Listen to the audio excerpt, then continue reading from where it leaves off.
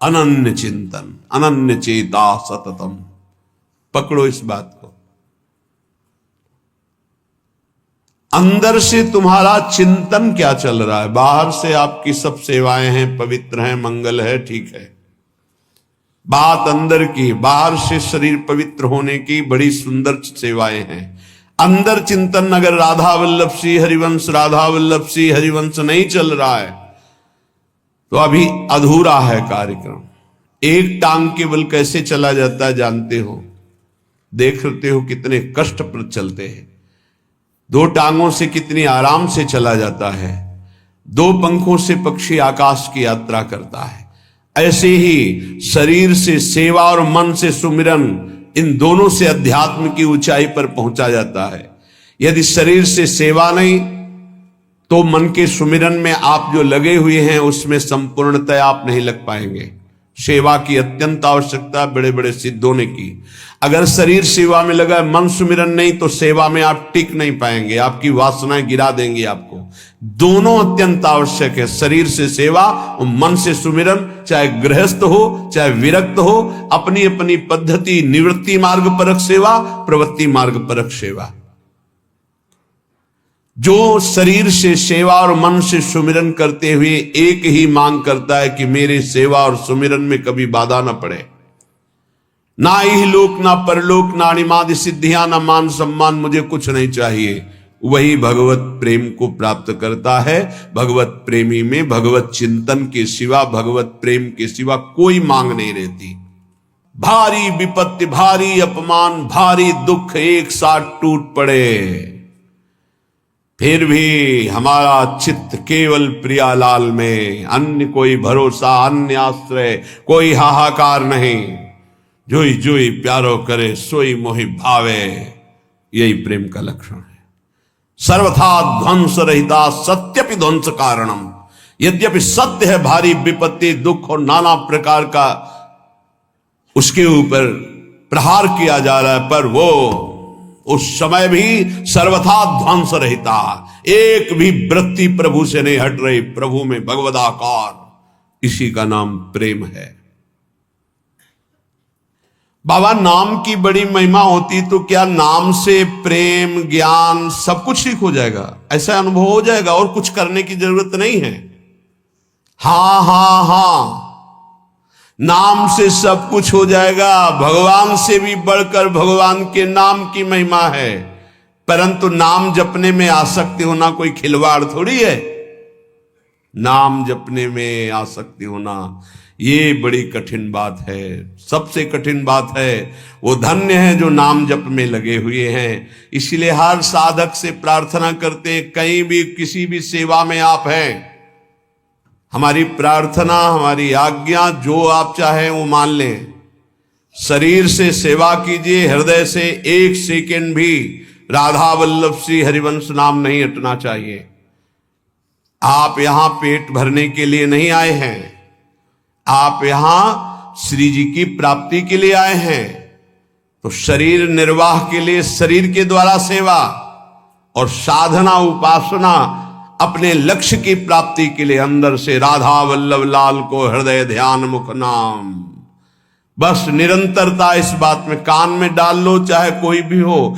अगर नाम जप नहीं चल रहा तो अधूरे हो, लंगड़े हो, आप यात्रा पूरी करने में गिर पड़ोगे, आप समर्थ नहीं हो पाओगे। अगर नाम जप चल रहा है और सेवा चल रही तो जय जय, दोनों टांगे मजबूत हैं, आप दौड़ के परमार्थ की मंजिल को पूरा कर लोगे। हां, नाम में आसक्ति होना बहुत कठिन है। ये आसक्ति कैसे होती बाबा? जबरदस्ती नाम जपने से। पकड़ लो, राधा राधा राधा राधा, मन कह रहा है नहीं नहीं नहीं, राधा राधा राधा राधा, राधा वल्लभ सिंह हरिवंश, राधा वल्लभ सिंह हरिवंश। प्रारंभ में जो गुरुदेव ने मंत्र दिया था नैष्ठिक ब्रह्मचर्य में, आगे का गायत्री मंत्र के अलावा ज्यादा देर मंत्र में मन नहीं लगता है। ये सबका है अनुभव, देख लो। ज्यादा देर मंत्र में मंत्राकार वृत्ति तो बहुत अभ्यास की सिद्धि पर होती।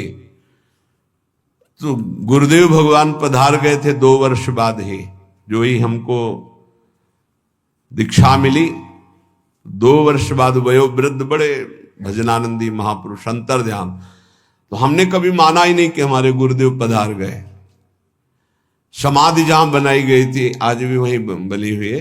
तो पीछे बिल्व का विशाल वृक्ष था, बस समाधि के पीछे बैठ जाते।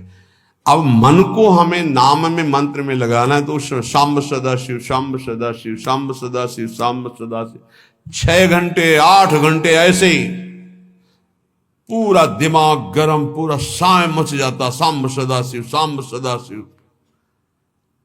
हमको माला की गणना से मतलब नहीं रहा आज तक। आपको वो केवल गायत्री मंत्र में रहा जो गुरुदेव ने आज्ञा की थी कि इतने अनुष्ठान करना है। बकाया हमारा लक्ष्य गुरुदेव की कृपा से ही बना था, हर समय हमें प्रभु से जुड़े रहना है, कभी मंत्र में, कभी नाम में, कभी।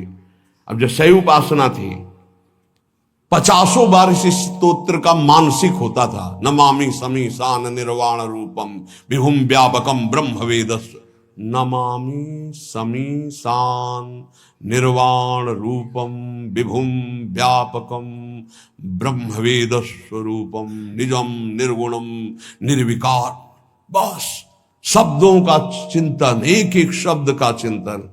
तब ऐसे लगता, वायु चलती तो लगता मेरे महादेव मेरा आलिंगन कर रहे, शिव शिव शिव शिव, हर हर हर हर। ऐसे हृदय की तरंगे भगवदाकार वृत्ति में परिणित होने के लिए जिद्दी स्वभाव, हट करके उसमें लगना।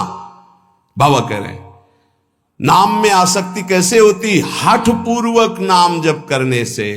माला में मन नहीं है तो धर दो माला, शुरू कर दो, राधा राधा राधा राधा राधा राधा राधा राधा राधा राधा। भन जैसे वो भृंगी नाम का कीड़ा दूसरे कीड़े को भ्रंग ऐसे करके भृंगी बना देता है, हम अपने मन को कृष्णाकार करते हैं, भगवदाकार करते हैं।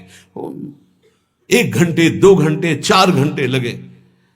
जब हम कीर्तन में देखते उत्साह पूर्वक कीर्तन, एक अद्भुत आनंद की उत्पत्ति होती। खुद आप देखिएगा जब आपके गले की नसें फूलने लगे, हाँ वैसे लड़ाई हो तो मोहल्ला जानेगा, कीर्तन हो तो 12 बार जाना मुश्किल हो जाए। ऐसा नहीं होना चाहिए। उच्च स्वर स्तंभद सर्वदैव, ऊंचे स्वर से भगवान नाम कीर्तन करे। आपसे सत्य कहते हैं, क्यों ये बोल रहे हैं? क्योंकि विश्वास की कमी है, इसलिए महापुरुष कसम पूर्वक सत्य पूर्वक ऐसा बोलते हैं।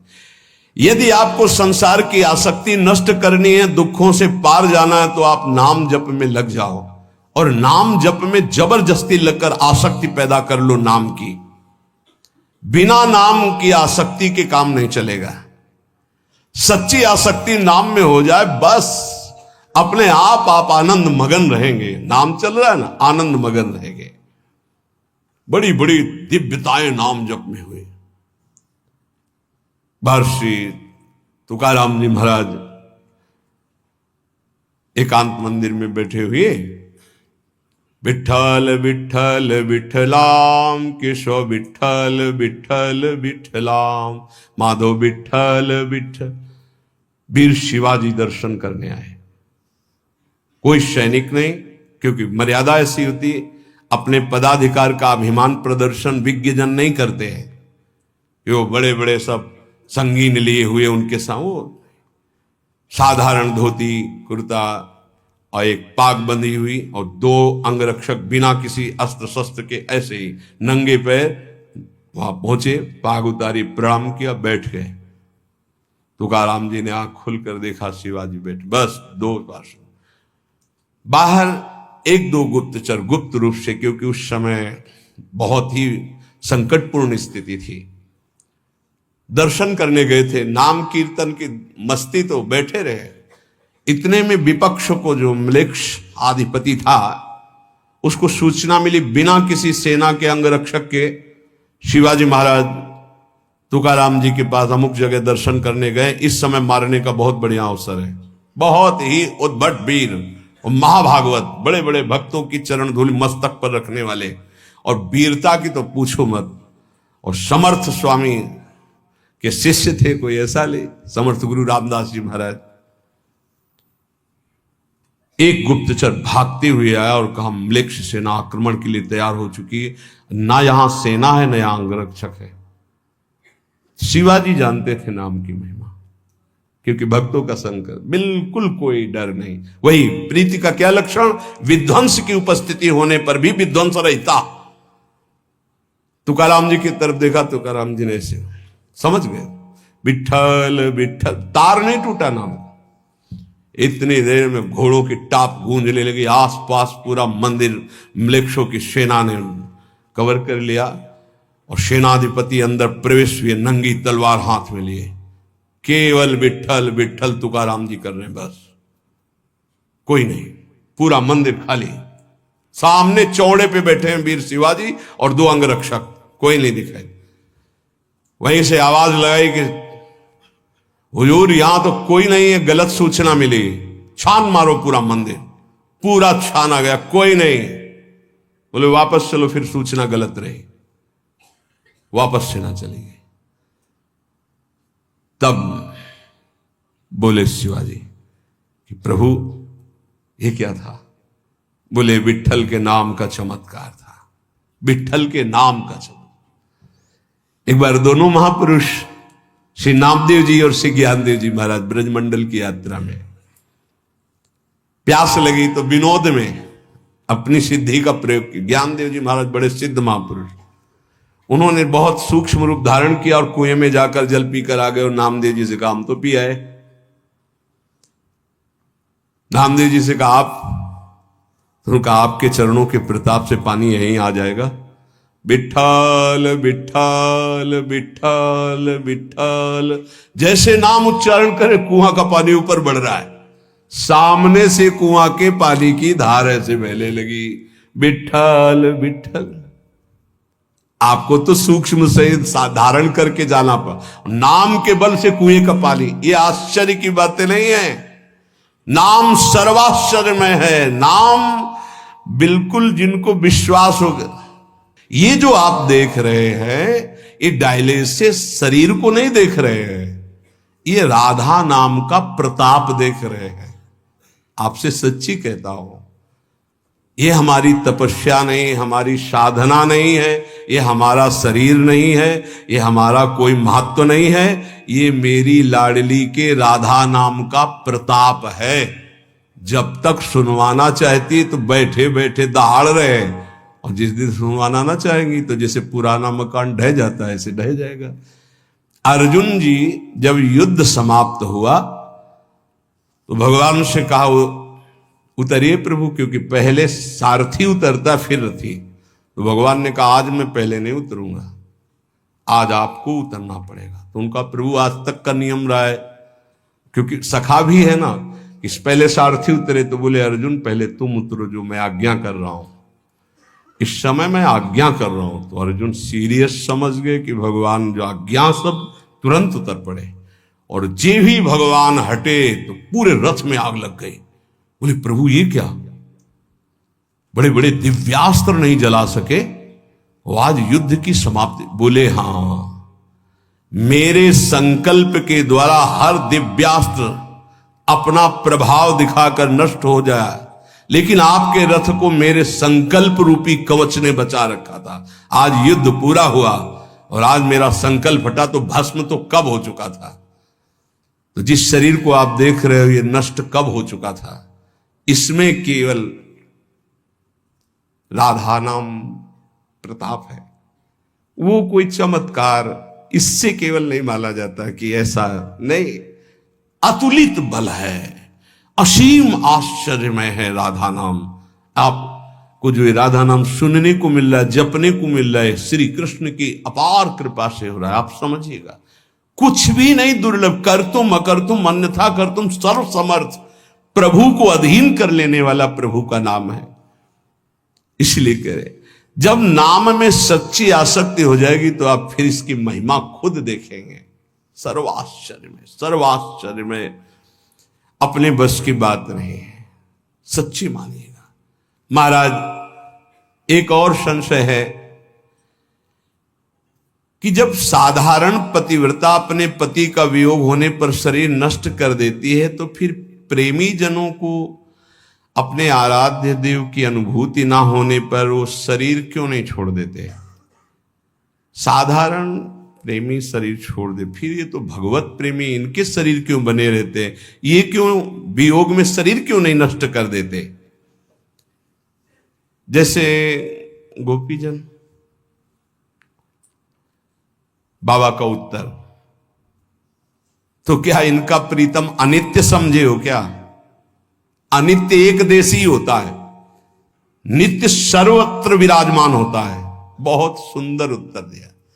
क्या इनके प्रीतम को अनित्य समझे हो क्या? प्रेमियों के प्रीतम अनित्य थोड़ी है। अनित्य मतलब नाशवान, नाशवान एक देशी होता है। सच्चिदानंद बपू हर कण में विराजमान रहता है, अपने में विराजमान, बाहर विराजमान, भीतर बाहर सब। बहिरंतश्च भूतानाम अचरम चरमेव च दूरस्थम चांतिके च तत्। वो दूर भी है, वो नजदीक भी है, वो बाहर भी है, वो भीतर भी है, चर अचर में सर्वत्र। बहिरंतश्च भूतानाम अचरम चरमेव च सूक्ष्मा तद विज्ञेयम दूरस्थम चांतिके च तत्। वो सूक्ष्म है, वो बड़ा महान, अणुअणियान महतो महियान, दूर से दूर, नजदीक से नजदीक, बाहर से बाहर, भीतर से भीतर, जहां तुम अनुभव करना चाहो तुम्हारा प्रीतम तुम्हारे साथ है। उनके वियोग में शरीर त्यागते हैं वो जो प्रेम में कमजोर होते हैं। गोपिका समर्थ प्रेमी है, वो अपने इष्ट के इशारे को समझती है, इसीलिए वो शरीर रखकर उनके प्रेम में विकल रहती है। फिर आप समझो, एक श्री कृष्ण मथुरा में बैठे थे, एक हर गोपी के पास श्री कृष्ण थे। उद्धव जी ने अनुभव किया, हर गोपी के पास श्री कृष्ण, बाहर से भी योग दिखाई दे रहा है, लेकिन हर गोपी को श्री कृष्ण के सानिध्य का अनुभव हो रहा है। कैसे उनका शरीर छूटे? कोई उनके प्रीतम अनित्य है क्या? और प्रेमी वही होता है जो अपने प्यारे की इच्छा का अनुगमन करे, प्यारे जो चाहते हैं। प्रीतम की प्रसन्नता ही प्रेमी का जीवन होता है। प्रीतम की प्रसन्नता है, शरीर रखकर मेरे प्रेम में आह्लादित रहो, डूबी रहो, विरह में डूबो। तो गोपीजन प्रसन्नता पूर्वक दुस्सा विरहानल का आदर करते हुए स्वीकार किए हुए हैं। ऐसे महान प्रेमी जन प्रभु की इच्छा का अनुगमन करते हैं। बहुत शूरवीरता चाहिए इस मार्ग में, कायरों का ये मार्ग नहीं। जरा सा विपत्ति आई भाग पड़े, जरा सा विपत्ति आई अश्रद्धा हो गई भगवान पे, भगत नहीं, ये धद्दे हैं, स्वार्थी है, वाणिज्य है, ये प्रेम नहीं है। कि हमें जरा सा विपत्ति अपमान हुआ, भगवान से अश्रद्धा हो गई, क्यों अपमान दिलाया? नहीं, अपने प्रीतम माना देह को, देह संबंधियों को, भोगों को, और भगवान को माना साधन। आप हमारा काम बना दीजिए। आप जरा सा विक्षेप पड़ा अपनी मनोकामना में, कोई भगवान नहीं, नास्तिकता आ गई। ये भक्ति है, ये प्रेम है, ये मोहब्बत है अपने प्रीतम प्रभु से। लौकिक मोहब्बत में प्राणों की बलि दे देते हैं। दो शरीरधारी परस्पर प्यार करते हैं, वास्तविक आसक्ति हो जाए तो उनके बिछुड़ना संभव नहीं। वो शरीर त्यागना संभव हो सकता है, लेकिन बिछुड़ना नहीं। आप सच्चिदानंद से प्यार करते हैं, आप सच्चिदानंद अनंत ब्रह्मांडों की प्रीतम से प्यार करते हैं, और आप थोड़ा अपमान नहीं सह सकते। ये प्रेम है? नहीं नहीं, ये प्रेम नहीं। देशभक्तों ने वंदे मातरम कहकर फांसी का फंदा चूमा, और जैसे ब्याह का जयमाला डाला जाता है ऐसे पहन के झूम गए, वंदे मातरम, जय हिंद बोलकर फांसी के फंदे में लटक गए।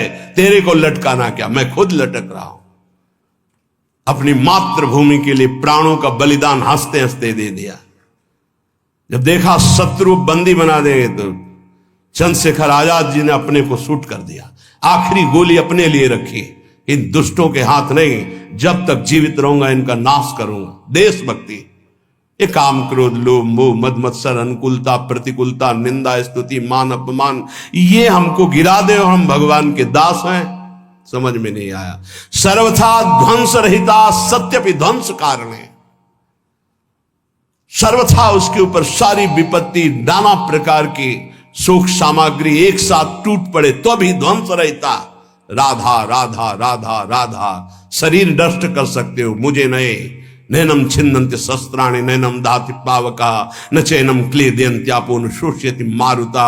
तुम वरुणास्त्र, वायवास्त्र, अग्नेयास्त्र, इनसे भी नहीं छेद सकते हमें। शरीर का तो नाश होना ही है, इसको तो पहले ही छोड़ दिया है, कोई फर्क नहीं पड़ता। ये प्रवचन नहीं, जीवन। ये जो लोग बाहरी श्रृंगार करते हैं, आजकल लोग बड़ा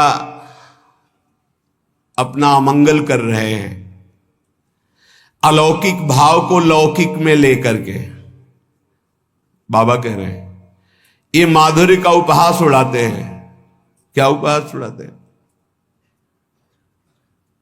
मुझ दाढ़ी बना के, ऐसे चिकना लगा करके, लाली लगा के, ऐसे चुनरी ओढ़ करके कि हम सखी हैं। मलमूत्र का भांड सखी है, मलमूत्र का भांड गोपी है ये। अरे आत्मस्वरूप से भावना होती गोपी और सहचरी भाव की, ये लिपस्टिक और पाउडर से नहीं होती है। फालतू में अपने मन को विषयाकार बनाने के लिए इन रजोगुणी वस्तुओं का सेवन करके भ्रष्ट होने का निमंत्रण दिया जाता है। बहुत अच्छे से समझो, हर वाणी में प्रायः इसका निषेध किया गया है। सेवा धर्म का पूर्ण वर्णन करने वाली हमारे सेवा, आगे का शब्द भूल रहे हैं, सेवा विचारम, सेवा विचारम नामक ग्रंथ में इसका बहुत निषेध किया गया है। इसका उपहास न किया जाए। ये बाहरी परिवेश सहचरी नहीं हो सकता, ये स्वरूप होता है बाबा के। आजकल बहुत लोग उपहास इस माधुर्य रस का करते हैं। वो बाहरी शरीर श्रृंगार को बहुत दूरी बना के रखना चाहिए, बहुत दूरी। बाबा के आजकल बहुत लोग इस माधुर्य श्रृंगार का बड़ा उपहास करते हैं। बाहरी शरीर को लौकिक श्रृंगार से सजाते और समझते हैं कि मैं गोपी, मैं सहचरी, ये माधुर्य समझते। परंतु ये विषय भोगों की प्रियता बढ़ाता है, ना कि निर्विकार स्थिति, ना कि महान वैराग्य से दृढ़ युक्त। बहुत सावधान, ऐसे लोगों से दूर रहे, ऐसी क्रियाओं से दूर रहे, ऐसे कभी ना करें।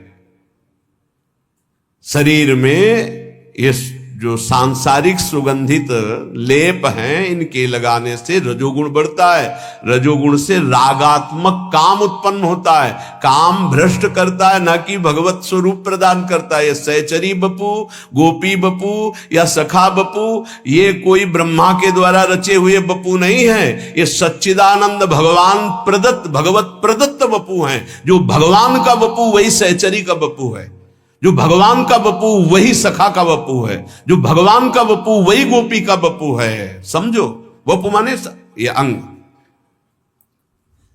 ये बहुत बड़े आगे की चीज है माधुर्य और श्रृंगार। परंतु आजकल कोई वास्तविकता तो समझ नहीं रहा कि जब जीव का जीवत्व मिट जाता है तब भाव देह की प्राप्ति होती है, जिसमें न स्त्री है, न पुरुष है, न पंचभूत है, न ब्रह्मा के द्वारा रचा हुआ कुछ है। ये जड़ बुद्धि रखने वाले, शरीर को प्रीतम मानने वाले सच्चिदानंद को प्रीतम कैसे मान सकते हैं? इसलिए प्रार्थना है कभी ऐसा संग न करें भूल से। एक सखी कहत गात, सेवक जी महाराज ने भी कहा है, जो नाना प्रकार की वासनाओं में ऐसे खेल खेलते, बहुत दूरी, बहुत दूरी। प्रीतम बुद्धि शरीर में बिल्कुल नहीं, दूर भाव।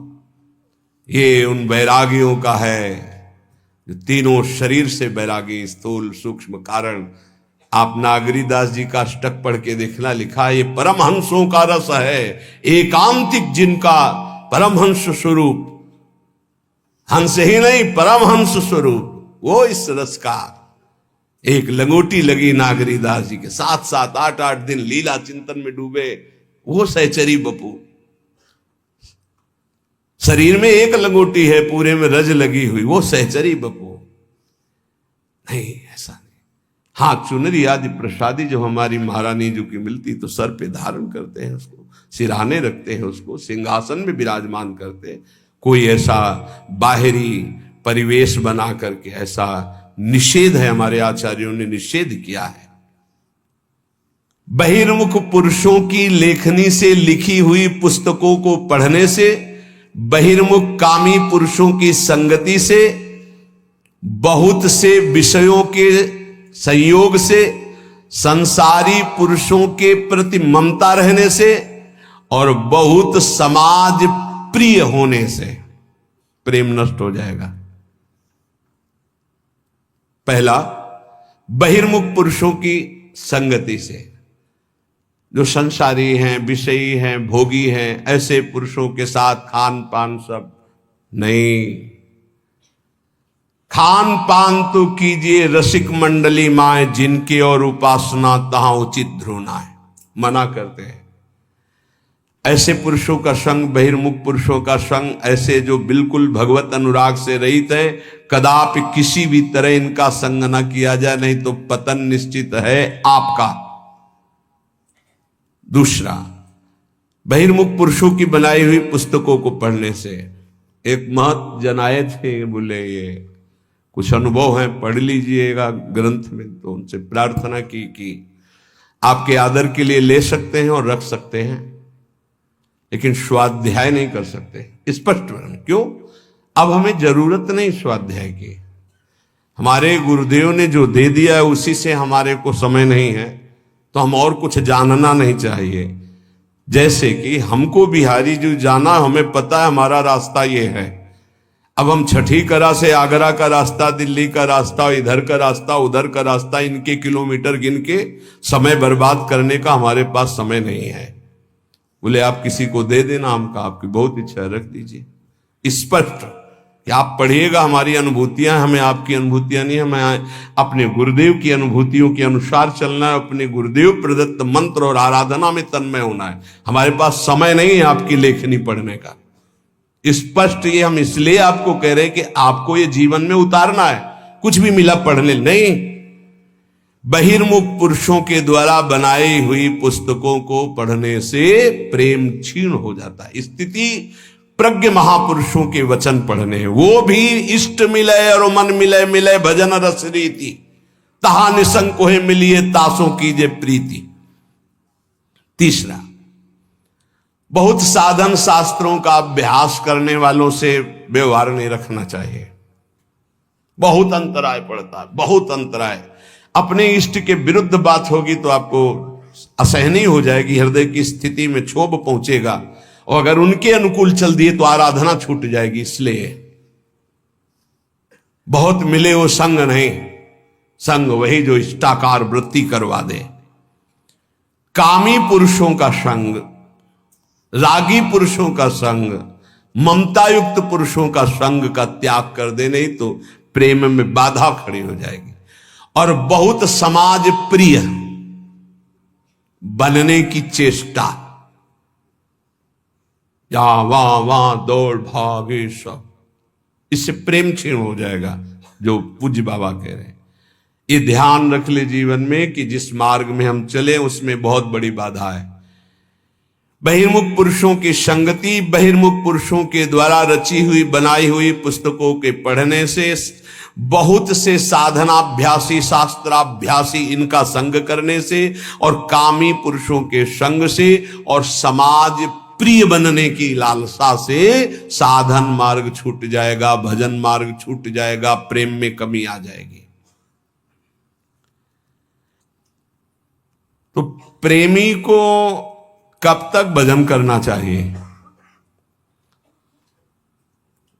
जब तक पांच भौतिक शरीर छूट न जाए तब तक, चाहे वो स्मृति में तन्मय होकर छूट रहा है, देह भाव विस्मृत, या वास्तविक मृत्यु आ गई है, तब तक।